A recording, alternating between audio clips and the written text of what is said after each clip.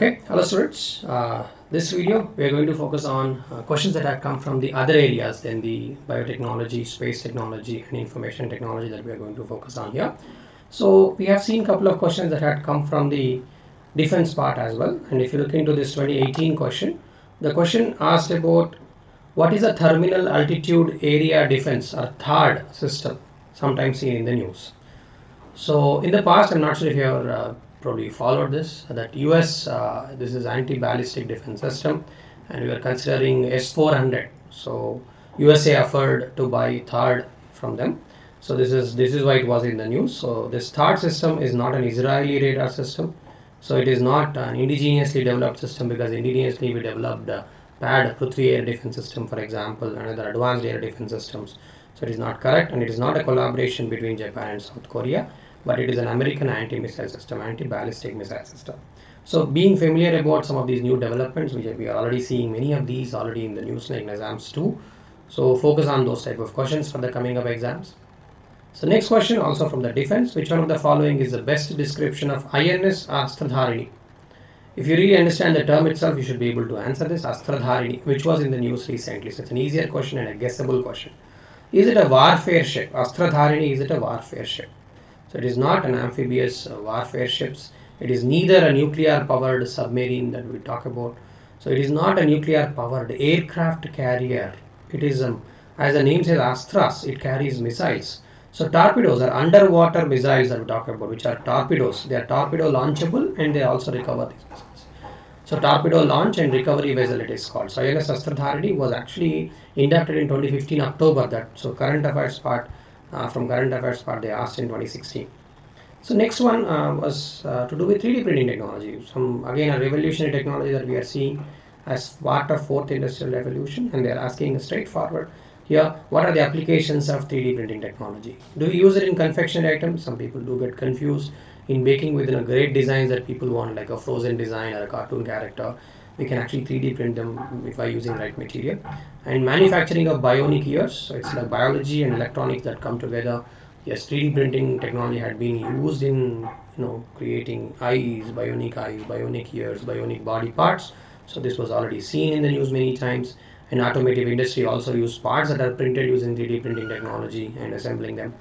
And reconstructive surgeries, yes, surgeries have been practiced, like for example in Dubai they practice some surgeries, complex surgeries can be practiced first by taking dimensions from the patient itself and then perform real experiment, increasing the success rate of the surgery.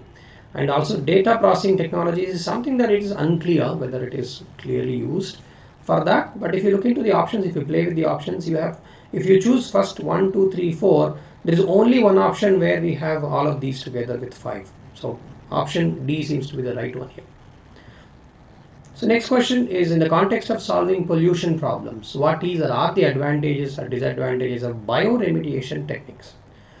So bioremediation we have been hearing as an application of biotechnology. So they asked a question related to this part in the past. So what we are noticing here is looking into the some of the features, either advantage or disadvantage related to bioremediation here. So it's a technique for cleaning up pollution by enhancing the same biodegradation process that occurs in nature. So are we mimicking what is in nature already? Yes, there is indeed the case. We are using microorganisms and they have certain abilities they perform in nature. We are utilizing those, we are exploring those things in specifically designed biodegradation process. So this is indeed correct.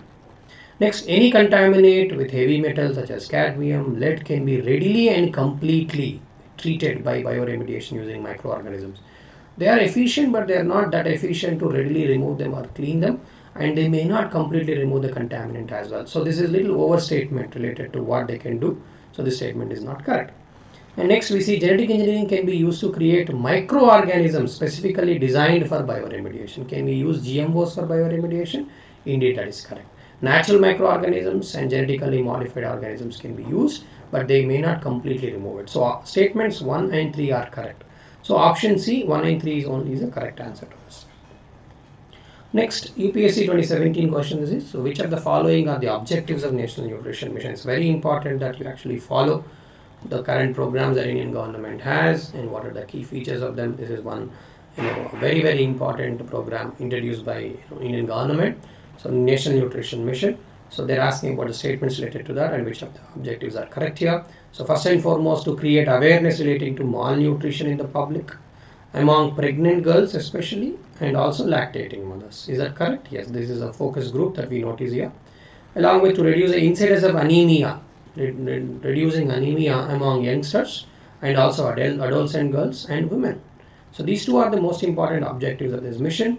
And the third statement says to promote the consumption of millets, coarse cereals, and unpolished rice. So they were not specifically talking about any of these things as part of the objectives of this program, and not even to promote the consumption of poultry eggs. They said, yes, there are certain components that they have to use, and by converging many programs we already had in the past. So first two statements are correct here. So option A is the right answer, 1 and 2 only.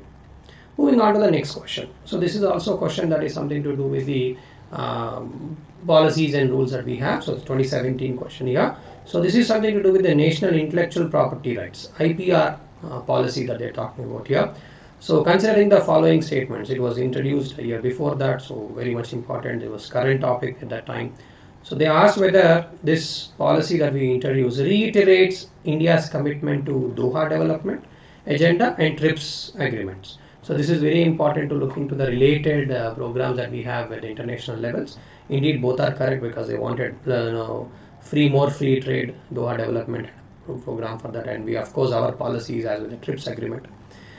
And then the Department of Industrial Policy and Promotion is a nodal agency, is the DIP we talk about. Our Department of Industrial Policy and Promotion is the nodal agency of regulating intellectual property rights. If you read the PIB, they talk about this is indeed being the nodal agency for it. So both 1 and 2 are correct here. So option C is the correct answer. So what we are noticing here, we are actually noticing the questions either related to policy framework, their objectives, and whether they fall into the international the laws or rules or policies that are in place already. So what is the ask about? They're asking about your understanding on techniques that are being seen in use, like bioremediation techniques, 3D printing. Some questions are straightforward. Applications, some of them you may not understand clearly, but playing with the options would really help you. INS Astradharini, as I said, straightforward question, was in the news. One could answer. Third was also in the news. So some of those topics are very important. Hope this information really helped you to understand where to focus. So I will come up with few more videos to talk to you about questions that had come in the exam and what areas are indeed important for us for the exam. Okay.